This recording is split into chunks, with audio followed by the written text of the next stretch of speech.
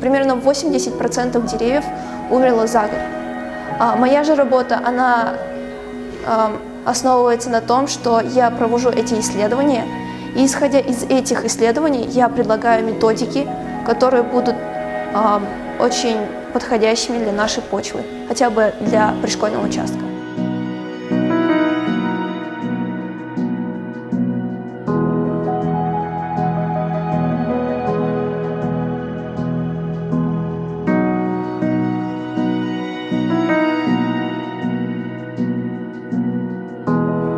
Ведутся разные мероприятия по озеленению нашего города, но фирмы, выигравшие тендер, они просто сажают деревья на почву без всяких технических процессов. Я верю, что моя научная работа в будущем осуществится, и я верю в то, что экологический фон Атырау улучшится, и я очень рада тому, что я внесу свой вклад в будущее Атырау.